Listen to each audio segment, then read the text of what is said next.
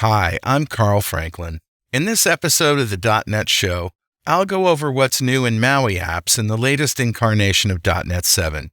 We'll revisit setting the size and position of a WinUI app. We'll look at the map control, context menus, tooltips, and menu bars, and we'll discuss the other features and why I chose not to demo them this time. New MAUI stuff in .NET 7 is coming right up on the .NET Show.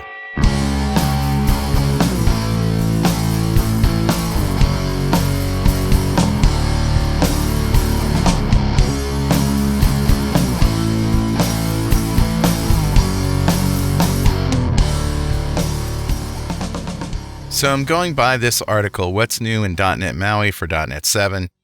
It was updated on January 4th, 2023, and it's got some good stuff in here. So I'm going to focus on the new functionality. I'm going to skip over a couple of these and go down to this window class that defines additional properties and enables the window to be positioned and sized on desktop platforms. I've got a .NET MAUI project called What's New in MAUI 7. And it's not Blazor, it's SAML, as you can see. So the first thing I need is a desired window width and height. And I need to access that in a couple places. So I'm going to create a class called Globals. And Globals has two static read-only doubles, custom width and custom height. I'm going to set it to 1080p.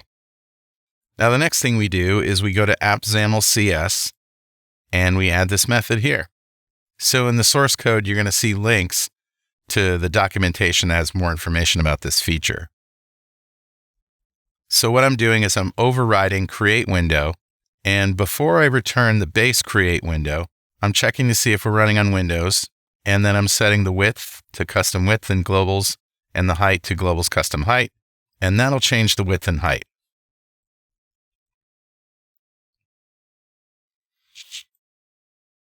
But I have a 49-inch monitor, and it shows up over on the left somewhere. But at least the width and height is correct.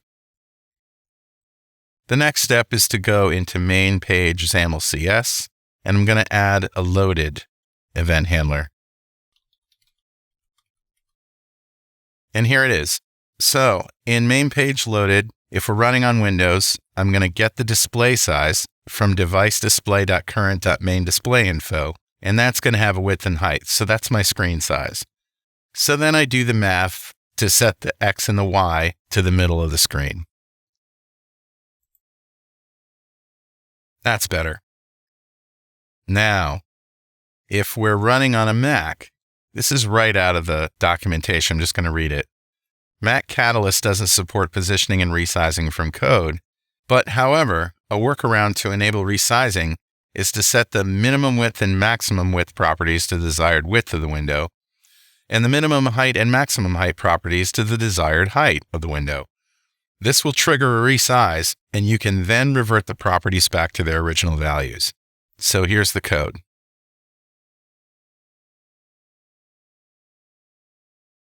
All right, so how are we going to test this on a Mac? Well, I have an idea about that. I'm going to go to Git Changes. I'm going to create a Git repository. So it's going to be a private repository in my GitHub account. I'm just going to accept the defaults. It's What's New MAUI 7. I'm going to create it and push it. Now I'm going to go over to my Mac and clone the repository, and we can run it there. So on the Mac, I open a terminal window in my projects folder and type git clone and paste the URL. Now I'll go into that directory, and I'm going to execute this command, .NET build -t :run -f net 7.0 -Mac Catalyst. And there it is. Now, it's probably going to show up somewhere on the screen, not centered. But what's cool about Mac apps is when you move and size an app window, right? Then close it and run it again. It's going to remember its position and location, unlike WinUI, which does not do that. So let's run this on my iPhone. I'm going to select it from the list. It's connected with USB. There it is. When I run it, here's my iPhone. There it is right there. Now this is telling me to open this. There it is. So as you can see, the width, height, location doesn't affect the iPhone. Okay, let's try it on Android. Have my Android local devices. There's my Samsung. I'll run it here. Here it is. So as you can see, it works. No problem. All right, now that we know it can run on all the platforms, let's keep going. So let's take a look at maps. The map control is a cross-platform view for displaying and annotating maps. It uses the native map control on each platform. There should be an asterisk there. And is provided by this NuGet package. So let's take a look at map and see what it says. Important. The map control isn't supported on Windows due to a lack of a map control in WinUI. All right, so it's going to work everywhere except for Windows. We got to remember that. So the first thing I'm going to do is add another page to have all the map stuff in it. So that's going to be called Maps page. Before I add the map control to the project, I want to get the navigation right.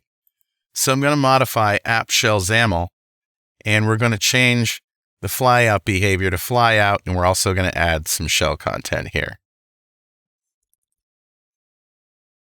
And just by doing this, now we've created in the hamburger menu that'll be in the top left, two little items so we can navigate back and forth between the main page and the maps page. There it is. You see it right here? So if we go to maps, not much there. If we go to home, there we go. Back where we started. All right, now I'm going to add the maps control to the project with a package manager console. And here's what I'm going to do. Install -package microsoft.maui.controls.maps with the latest version. Now I'm going to open MAUI program, which if you've been paying attention is analogous to program CS in a regular .NET app. And I'm going to add right here, use MAUI maps. And I've also left you a little link so you can explore the maps on your own. Now, as we've already discovered, the map control doesn't work in the Windows version of MAUI, at least not yet. But there is some configuration that needs to be done in all the other platforms. So I'm going to go up to platforms and expand that. And we're going to start with iOS. You'll see this info.plist right here. Instead of using the built-in editor for this, which has limits, I'm going to right-click and select Open With, and then select XML Text Editor. This is basically configuration for iOS. And right here, I'm going to add this tag, which basically prompts the user to allow the app to access the location when the app is being used. We're going to need to do the same thing in Mac Catalyst, info plist. So I'll open with XML Text Editor, go down to the bottom, somewhere, it doesn't really matter where you do it, and there you go. Now as for Android, we need to update Android manifest XML.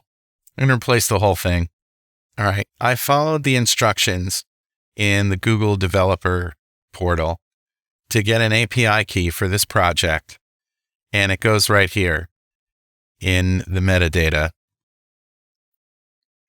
And then this GMS version for Android, you have to put that in there too. It's right in the documentation. These two things were already in there. Uses permission for accessing the network state and internet access. These two are required to access the user's location. And then this one right here is required to access storage when using API 22 or lower. We're not using API 22 or lower, but I put it in there anyway. All right, now we can update Maps page XAML. So right out of the documentation, I have the Maps namespace in there, but I don't have any content because we're going to load the content dynamically depending on what platform we're on. Remember I told you that Maps wasn't supported in Windows? Well, if we just instantiated a map right here, it would crash if we ran it on Windows. And we don't want to do that. We want to gracefully tell the user it's not supported. So we're going to do that in Maps page XAML CS. If we're not running on Windows, then we create a map control and set the content to map. Otherwise, I'm essentially doing here in code what the scroll view and the vertical stack layout does in the main page right here. And at this point, I'm going to put a label that has maps are not supported on Windows WinUI. All right, let's run it. Go to Maps. Not supported on Windows WinUI. All right, let's try it on Mac Catalyst. So first, I need to save my changes. Added map control. Commit that. Push it up to GitHub. Great. Now I can go over to my Mac and I can do a git pull -r. There you go. And now we can run it again.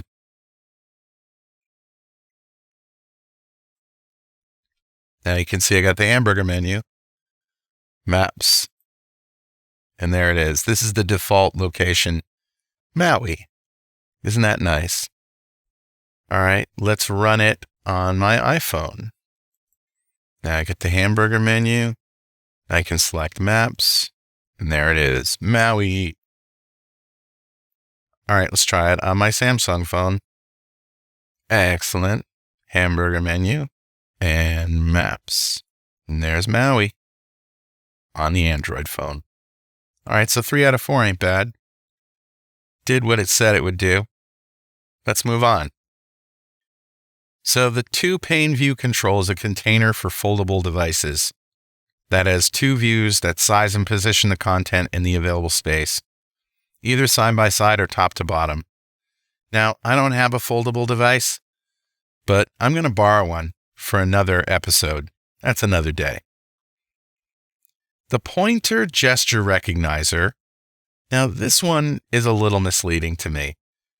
Performs pointer gesture recognition and detects when the mouse pointer enters, exits, and moves within a view.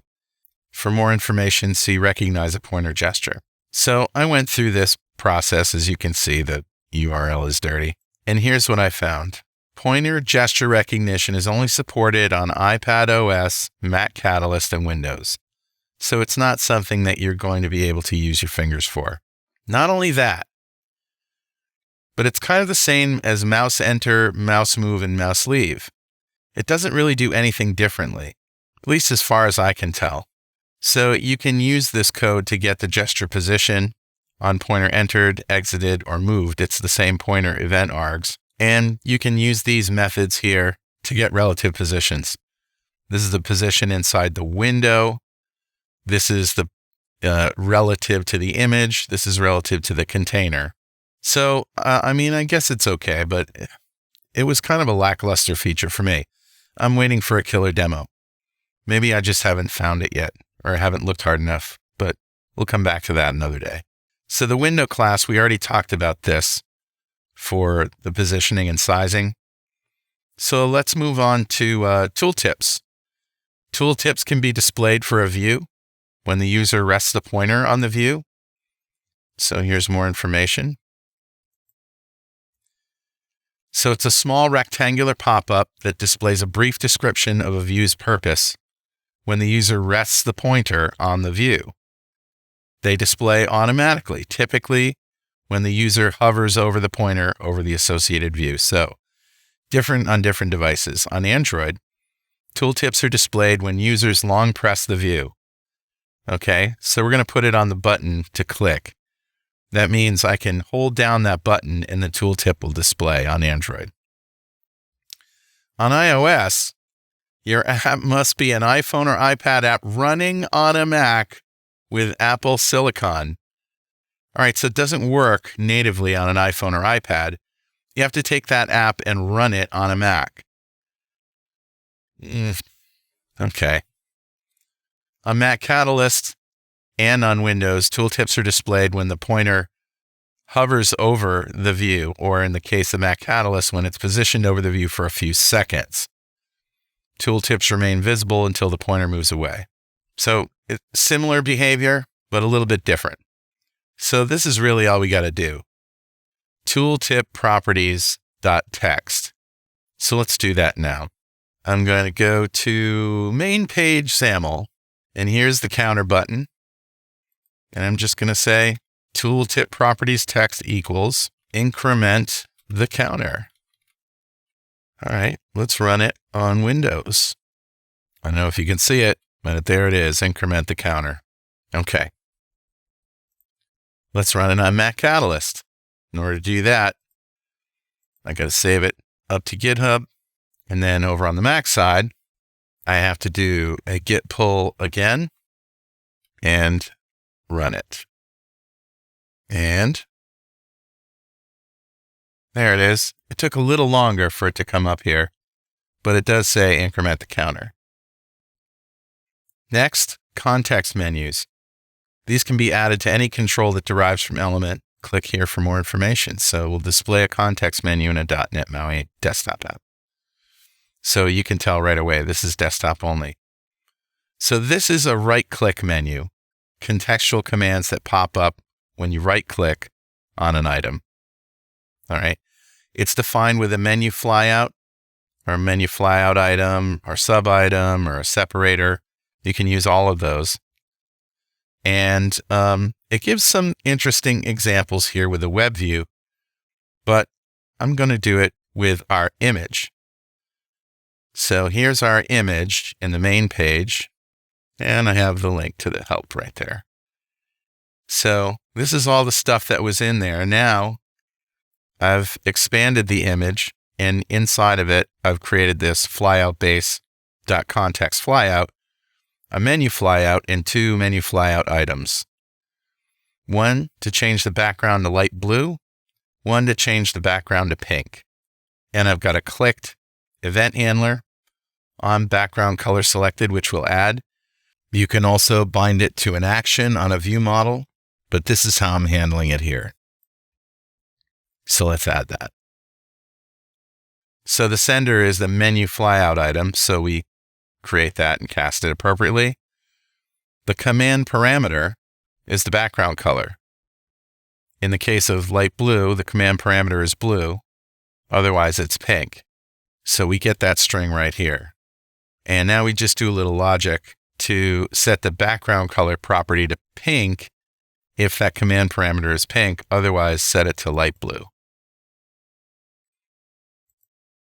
So right-click, light blue, right-click, pink.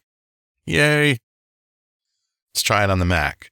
So again, we'll save our changes, push it to GitHub, and we'll go over to the Mac, pull down the latest and build. All right, here we go. Light blue, boom, pink. There you go. All right, one more feature and we'll call it a day. Menu bars.